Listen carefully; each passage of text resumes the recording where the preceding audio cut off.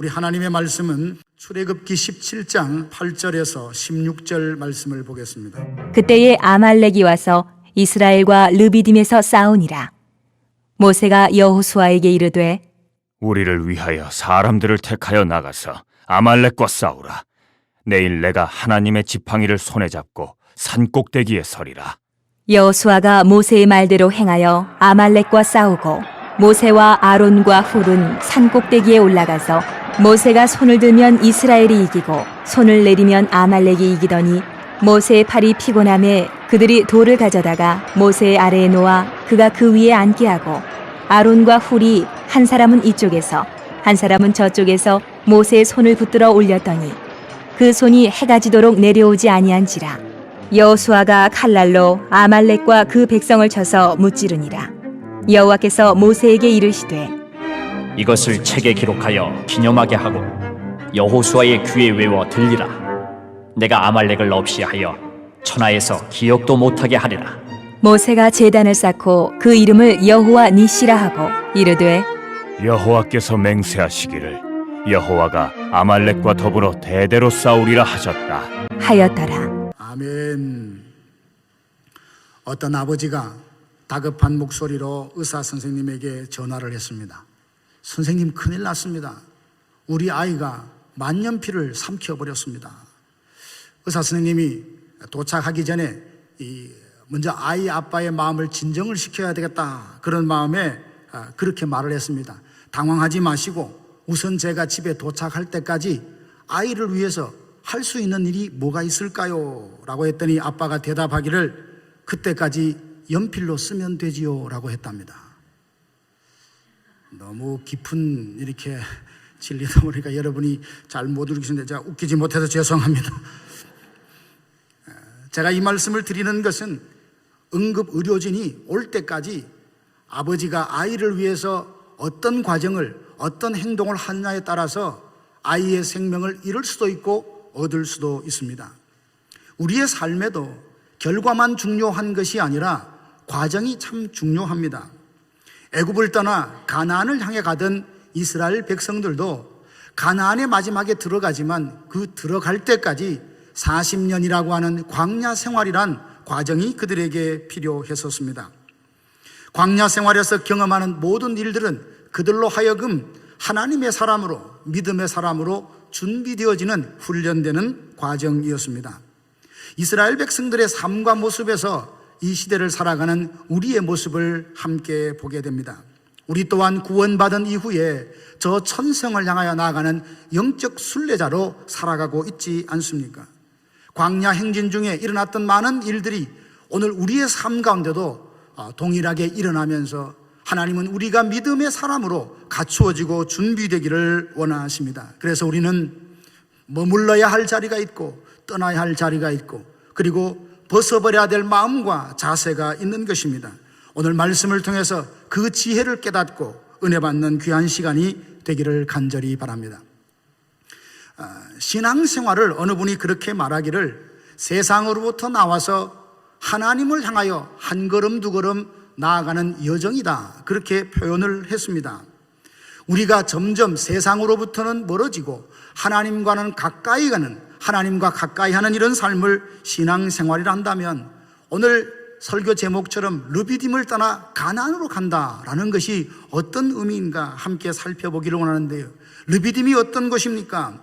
그것은 하나님이 인도하셔서 도착한 곳입니다. 오늘 본문 1절에 보니까 이스라엘 온 회중이 여호와의 명령대로 신광야에서 떠나 그 노정대로 행하여 르비딤에 장막을 쳤으나 백성이 마실 물이 없는지라.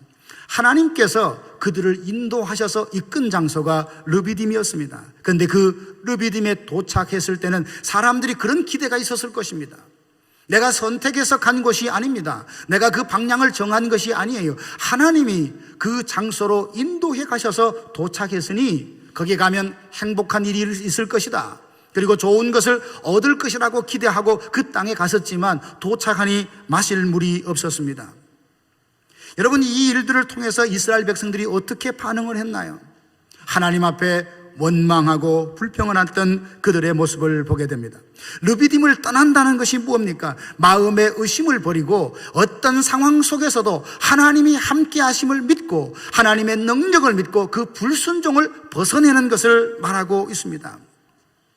원했던 장소가 아니 하나님이 인도하시는 장소로 갔을 때 우리가 기대했던 것이 일어나지 않았습니다. 백성에게 마실 물이 없다는 것이 얼마나 중요한 것입니까? 사람에게 물은 생존과 관련되어 있는 문제이지 않습니까? 물이 부족하든지 물이 오염되어 있다면 사람들은 거기에서 건강하게 오래도록 살아갈 수가 없습니다. 하나님의 명령에 의해서 그 땅에 도착했더니 마실 물이 없었어요. 이 정도 되면 불평도 할 만하고 원망도 할 만하다 그렇게 생각할지 모릅니다. 3절 끝에 보면 이스라엘 백성들이 그렇게 말합니다. 우리를 애굽에서 인도해내어서 우리와 우리 자녀들과 가축을 이곳에서 다 죽이려고 이곳으로 인도했다는 생각에서 모세와 하나님을 다투듯 원망하는 그들의 모습을 보게 됩니다. 그들의 행동이 불신앙이라는 것을 우리는 금세 이해되고 깨닫게 됩니다. 생존의 위협이 있을 때 흔들리고 갈등하고 원망하는 건 그럴 수 있다 하지만 이스라엘 백성은, 믿는 사람들은 그 현장에서 원망하거나 불평할 수 없습니다. 왜 그렇습니까? 그들을 인도하신 하나님을 한번 생각해 보십시오. 하나님의 뜻에 순종하여 르비딤에 도착한 이스라엘 백성들은 그곳에서 불신앙을 드러냈다고 했는데 오늘까지 그들을 인도하신 하나님은 어떤 분이셨습니까? 마치 양들을 푸른 초장으로 쉴만한 물가로 인도하시는 목자와 같은 분이셨습니다. 사망의 음침한 골짜기로 다닐지라도 해를 두려워하지 않도록 주의 지팡이가 막대기가 그를 안위하셨던 하나님이시 않습니까? 광야에서 200만 명에 대한 많은 사람들이 가져온 음식이 다 떨어졌습니다. 광야에서 어떻게 음식을 구하겠습니까? 그런 상황에서 하나님께서 만나를 내려주셔서 그들을 다 먹여주셨습니다. 그것이 바로 르비딤에 오기 직전에 있었던 신광야에서 그들이 만났던 하나님이었습니다. 르비딤에 와서 원망하는 그날 아침도 하늘에서 내려주시는 만나를 먹고 그들이 그 자리에 와서도 하나님 앞에 원망하고 있는 모습, 이것이 바로 불신앙이 아니고 무엇이겠습니까? 어디 그뿐입니까? 애굽에서 그들은 기적처럼 구원하여 나왔습니다. 애굽왕 바로의 손에서 누가 그들을 이끌어내어서 가나안으로 가게 한단 말입니까? 다 불가능하다고 했지만 하나님은 친히 당신의 손으로 이스라엘 민족을 애굽에서 구원해 내셨습니다. 10가지 재앙이 애굽에서 내릴 때에 하나님은 특별한 은혜로 고센 땅에 살고 있는 이스라엘 민족을 구별하여 주셔서 재앙도 면제시켜 주셨습니다.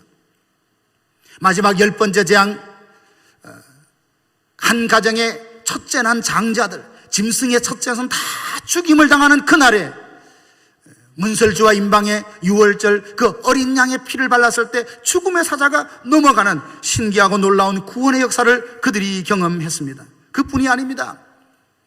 애굽을 떠나서 홍해 앞에 다다랐을 때 뒤에는 애굽 군대가 추격해 옵니다. 앞에는 바다입니다. 이럴 수도 저럴 수도 없는 그런 상황에서 하나님이 바다에 길을 내신 것입니다.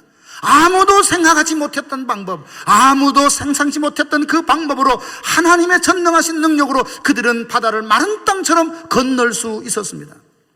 건너고 난 다음에 뒤를 돌아다 보니 따라오는 애굽의 군대가 그 물속에서 다 수장되어 죽는 것을 보고 그들이 얼마나 기쁨과 감격으로 그 광야에서 찬양을 했습니까? 여호와는 위대하다, 여호와는 위대하다.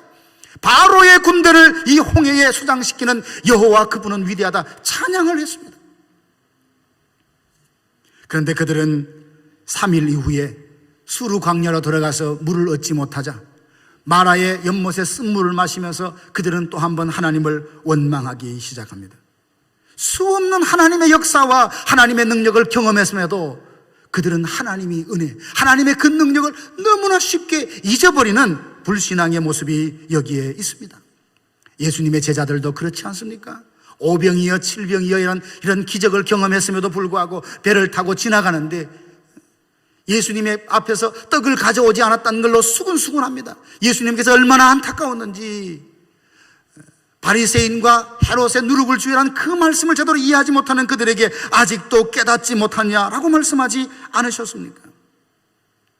르비딤에 도착해서 물이 없다 할지라도 거기까지 인도하신 하나님, 몇 달 전에만 해도 수없는 기적과 하나님의 전능하심을 봤던 그들이, 경험했던 그들이라면 그 현장에서도 하나님의 방법으로 물을 주실 것이라는 믿음으로 기다리고 하나님을 바라봐서야 하건만, 그는 물이 없다는 그 현장, 그 현실을 바라보면서 이제까지 하나님 앞에 해오셨던 능력과 은혜를 까마득히 다 잊어버리고 마치 하나님이 없는 것처럼, 하나님이 이 상황을 아무것도 해낼 수 없는 것처럼 하나님에 대해서 불순종하며 원망하는 그들의 모습을 보게 됩니다. 사랑하신 성도 여러분, 혹시 우리의 상황도 물이 없는 것 같은 절박한 상황을 만나보신 적이 없으십니까?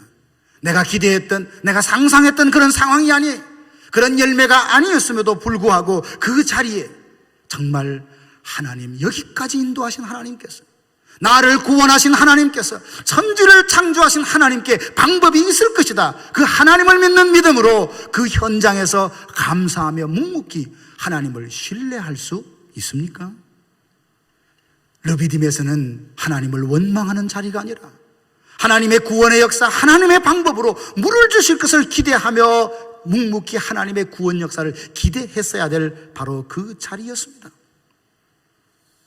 그러나 그들은 불순종을 드러냈습니다.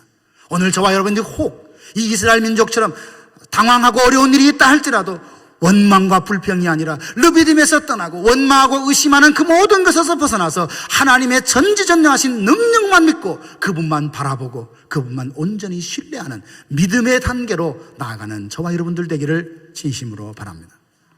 두 번째는 하나님은 아말렉과 싸우라 하셨습니다. 아말렉과 타협을 해라, 아말렉에 항복해라 하지 않으시고 아말렉과 싸우라 하셨습니다. 8절 보면 그때에 아말렉이 와서 이스라엘과 르비딤에서 싸웠다라고 했습니다. 출애굽기 17장에 보면 출애굽한 이스라엘 백성들이 처음으로 광야에서 전쟁을 하는 기록입니다. 아말렉은 도대체 누굽니까? 아말렉은 야곱의 형, 쌍둥이 형 그 에서의 아들 엘리바스의 아들입니다. 그러고 보면 이스라엘 민족과는 형제지간입니다. 싸워야 될 대상이 아니라 함께 사랑하며 그리고 하나님의 은혜와 사랑을 나누어야 될 형제였습니다. 근데 이 아말렉은 사랑해야 될 그 형제를 시기하고 미워했습니다. 하나님의 뜻 가운데 하나님의 인도하신 대로 가나안을 향하여 가는 것을 두고 보지 않았습니다. 그래서 행렬 중에 피곤하여 지친 사람들을 해치기 시작했고 공격하기 시작했습니다.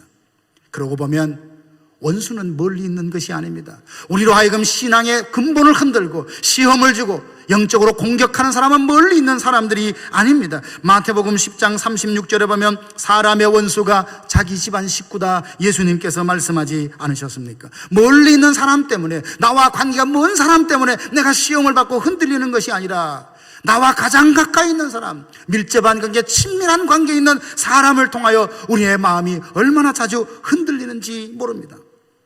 아말렉이 한 일은 다른 것이 아닙니다. 하나님의 뜻대로 걸어가는 이스라엘 백성들의 행진을 정면으로 가로막고 선 것입니다.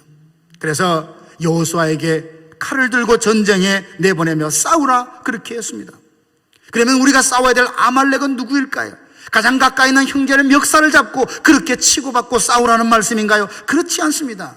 아말렉은 사실 자세히 보면 외부에 있는 것이라 내 안에 있는 것이고 내가 겪는 상황과 형편이 바로 이 싸워야 될 아말렉입니다. 하나님의 뜻에 복종하지 않게 하는 죄악된 성향이 내 안에 있습니다. 그렇지 않습니까? 하나님의 뜻대로 살지 못하게 하는 가장 큰 방해물은 바로 자기 자신이기 때문입니다. 하나님의 영광을 위하여 살려는 우리의 앞길을 가로막는 것 때론 환경들도 있습니다. 신명기 25장 18절 보니까 아말렉은 하나님을 두려워하지 않은 사람과 바로 그 생각을 말하고 있습니다. 세상을 한번 보십시오. 하나님을 두려워하는 마음, 하나님을 정말로 경외하고 두려운 마음을 가진 사람이 과연 얼마나 만날 수 있던가요? 조나단 에드워드는 그랬습니다. 이 세상의 타락과 변질은 하나님을 사랑하지 않는 것이고 하나님을 두려워하지 않는 것이라고 했습니다. 버젓이 죄를 범하면서도, 버젓이 하나님을 대적하면서도 마음에 하나님에 대한 두려움이 없는 것, 이게 바로 아말렉입니다. 하나님께서는 그 아말렉과 대대로 싸우리라 하셨으니 누가 그 하나님 앞에 온전히 설 수 있겠습니까? 아말렉과 싸운다는 것은 다른 것이 아닙니다. 로마서 6장 13절 보면 우리의 지체를 불의의 병기로 죄에게 드리지 말고 우리의 지체를 하나님께 드려라, 하나님께 드려라 라고 말하고 있습니다. 사울의 불순종으로 아말렉을 진멸할 수 있었음에도 불구하고 진멸하지 않았습니다. 사무엘이 왜 그랬냐고 했을 때에 하나님 앞에 제사 드릴 것을 남겨두었다고 핑계를 대었지만 그 아말렉에서 살아남은 사람이 하만이라는 사람입니다. 그 후손에서 하만이 나왔어요. 이 하만은 페르시아에 남아있는 유대인들을 아주 멸살시키려고 했던 사람이 아닙니까?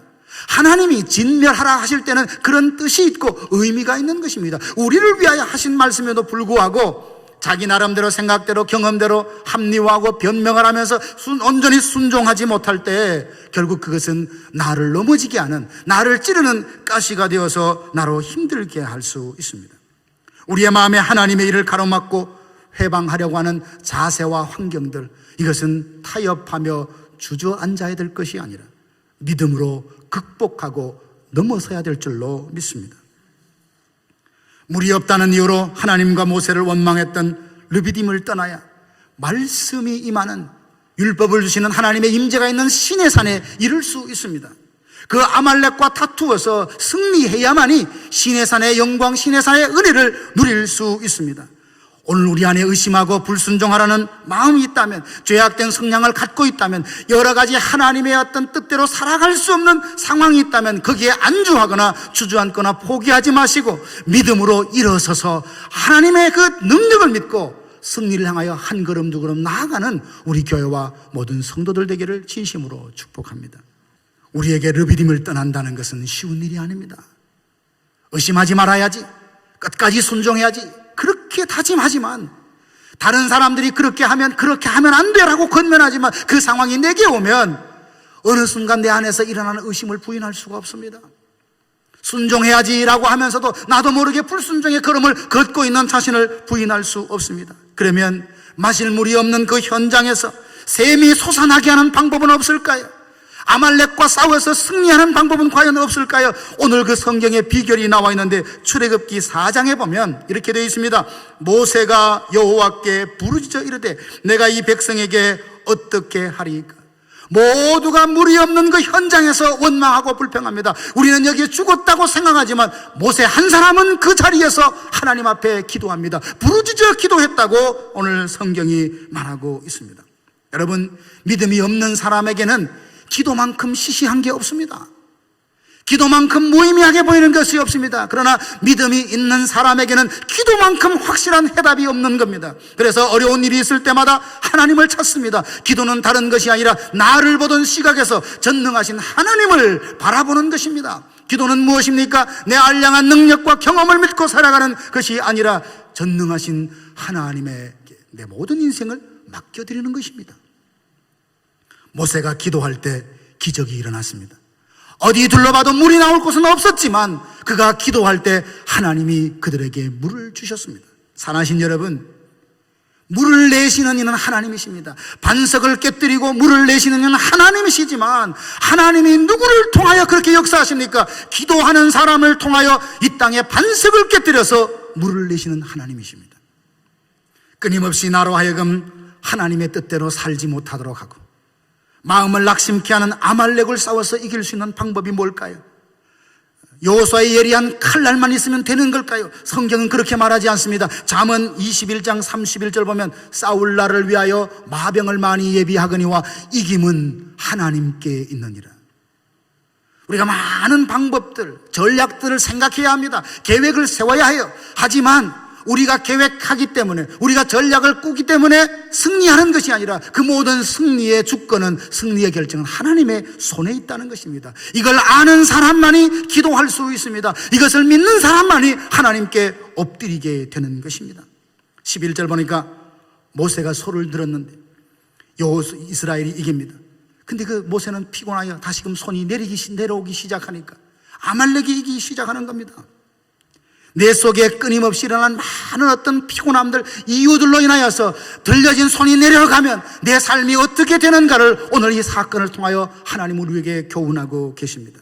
사랑하신 여러분, 뭔가 잘 될 것이라고 약속을 받았는데 그 일이 열매로 내게 다가오지 않고 자꾸만 그게 지연되고 왜일까 아무리 물어봐도 답을 찾지 못했던 분이 계십니까? 오늘 이 성경이 여러분에게 답이 될 줄로 믿습니다. 뭡니까? 하나님은 손을 들고 기도하라는 거예요. 손 들고 기도하는 게 뭡니까? 내 방법은 아닙니다. 하나님의 방법으로 하겠습니다. 그 항복하는 마음으로 하나님의 능력을 전적으로 믿고 그분께 내어맡기는 기도가 아니겠습니까? 저는 사역하면서 하나님 앞에 간절히 기도해서 그 응답받은 많은 간증들을 많이 듣고 살아갑니다. 여러분들 중에도 신방하면서 개인적으로 만나면서 목사님 나 최근에 기도해서 이런 응답받았어요, 이런 응답받았어요.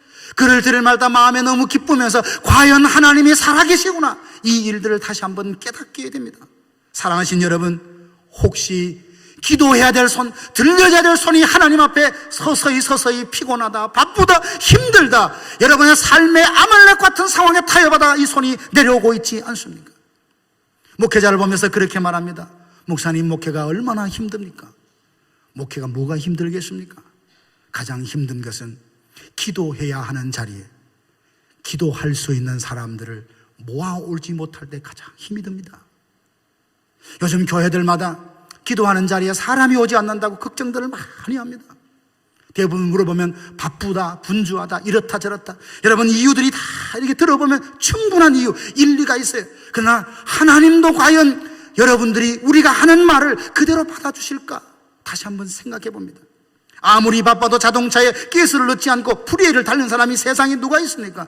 하나님, 목사님, 누구요? 나는 정말 바빠서 기도할 수 없어요. 이렇게 저렇게 해서 기도할 수 없어요. 과연 그 말이 나는 부지런히 열심히 살기 때문에 기도하지 않아도 되는 사람일까요? 그렇지 않습니다, 여러분. 기도할 수 없을 만큼, 기도의 내 시간에 기도하기 위하여 시간을 뺄 수 없을 만큼 바쁘게 산다면 그건 부지런히 살아가는 것이 아니라 잘못 살아가는 것이에요. 하나님은 우리에게 말씀하십니다. 아말렉과 타협하지 말라고, 아말렉 앞에 주저앉지 말라고, 아말렉과 싸우라고 하십니다. 우리의 환경, 우리의 마음속에 하나님의 뜻에 순종할 수 없게 하는 것, 여러 가지 상황들이 있지만 한번 부르짖어 보세요. 두 손 들고 부르짖어 보세요. 새벽을 깨워보십시오. 하나님이 살아계신가 아닌가 여러분 삶으로 경험해 보시기를 진심으로 바랍니다. 모두가 범사에 감사하기를 원합니다. 모두가 승리하는 삶을 원합니다. 모두가 입을 벌리면 말할 때마다 교회의 부흥을 외칩니다. 그 열매를 어떻게 얻을 수 있을까요? 메마른 광야에서 샘이 솟게 하는 것은 하나님이시지만 샘이 솟도록 하기 위하여 하나님은 기도하는 모세를 보셨습니다. 하나님은 이 교회에 부흥하는 것, 사람의 방법으로 부흥이 일어나는 것 아닙니다. 하나님이 주세요. 하나님이 전적인 선물로 주시지만 어느 교회에, 어떤 교회에 하나님이 부흥을 부어주십니까? 바로 그 교회에 한량없는 하나님의 능력을 사모하며 두 손 들고 항복하며 하나님 앞에 부르짖는 기도가 충만할 때 이 교회에 하나님이 부흥의 역사를 부어주실 줄로 믿습니다. 저는 가끔 낮에 이 본당에 한번 들어올 때가 있습니다. 참 너무 조용하다는 것이 좋기도 하지만 하나님 앞에 부끄럽기도 해요. 제가 섬겼던 부산의 어떤 교회는 교회가 아주 많이 모이는 교회였습니다. 근데 도시 한가운데 있기 때문에 예배당문을 오픈한다는 것이 쉽지 않습니다. 당에서 결정을 하고 오픈을 했는데 종종 그 본당에 들어갈 때마다 군데군데 앉아서 흐느끼며 교회의 부흥과 목회자와 선교사님들, 믿음이 약한 자들을 위해서 기도하는 사람들이 있다. 어떤 교회가 가장 복된 교회일까요? 어떤 교회가 하나님의 마음이 있고 하나님의 사랑을 부어주시고 부흥의 역사가 일어나는 곳일까요? 군데군데 앉아서 하나님, 우리 교회에 부흥을 주시길 원합니다. 이 시대에 나를 들어서서, 우리를 들어서서 하나님의 영광 드러내기를 원합니다. 울면서 울부짖고 기도하는 성도가 있는 교회, 하나님은 그 교회에 이 시대에 부흥을 부어주시는 교회로 세우실 줄로 믿습니다.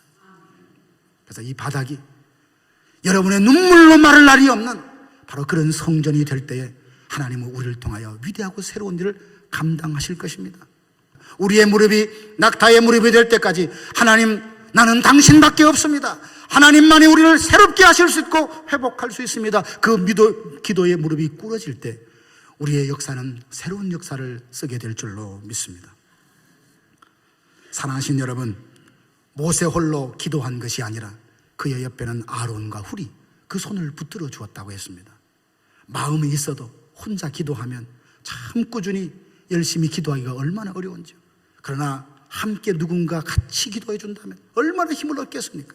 우리 모두가 이번 기회를 통해서 함께 부르짖고 기도함으로 참 무리 없는 상황 가운데서도 원망하고 불평하는 것이 아니라 바위를 깨뜨려 샘이 솟게 하시는 하나님을 기대하고 믿고, 그리고 우리 속속에 하나님의 뜻대로 살아가지 못하게 하는 여러 가지 상황과 그 환경을 믿음으로 극복하고 승리를 일궈내는 교회와 성도들 되기를 주님의 이름으로 축복합니다.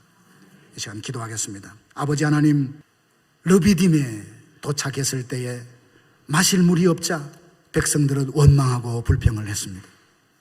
거기까지 인도하신 하나님이 누군지 정말 알고 믿었다면 원망보다는 기대했을 것을, 오 주여, 오늘 우리의 모습도 하나님에 대한 능력을 온전히 신뢰하지 못하고 물이 없다고, 필요한 것이 없다고 쉽게 원망하고 불평하는 우리들의 모습이 아닌지요, 용서하여 주시옵소서. 바위를 깨뜨려서 샘이 솟게 하시는 전능하신 하나님을 바라보며 그 주님의 손에 우리의 교회와 우리의 인생, 우리의 가정, 기업을 주님의 손에 올려드리게 하여 주옵소서. 바쁘고 분주하고 피곤한 이 상황, 아버지 하며 죄악된 속성들, 하나님을 두려워하지 않는 마음, 하나님을 대적하는 이런 세력들 앞에 하나님 주저앉거나 타협하지 않게 하시고 믿음으로 나아가 승리를 거는 하나님의 사람들 다 되게 하여 주시옵소서. 아버지의 일을 위하여 우리가 함께 부르짖기를 원합나니 두 손 들고 기도할 때 우리 위에 그런 은혜를 부어 주옵소서. 새로운 부흥의 역사를 써가는 교회 되게 하여 주시옵소서. 예수님의 이름으로 간절히 기도하옵나이다. 아멘.